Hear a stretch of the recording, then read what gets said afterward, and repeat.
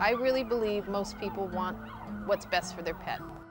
Now, do they have the resources? No. I just don't want to lose her. Like, I got so attached.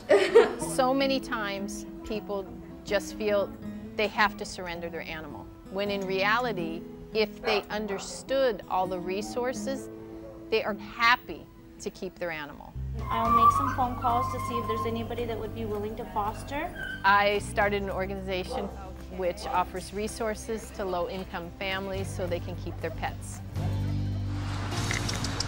The areas we work tend to have the higher crime rates, densely populated, and there's lots of animals. There is a lot of people that are either not employed, they're underemployed, but that does not mean that people don't love their animals. Are you interested in a free neuter for him? We offer free spay and neuter, vaccines, Can you handle this? dog food, medical services.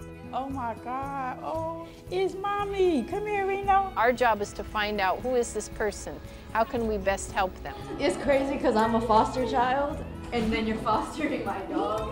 We are offering them as much as we can to be successful with their pet.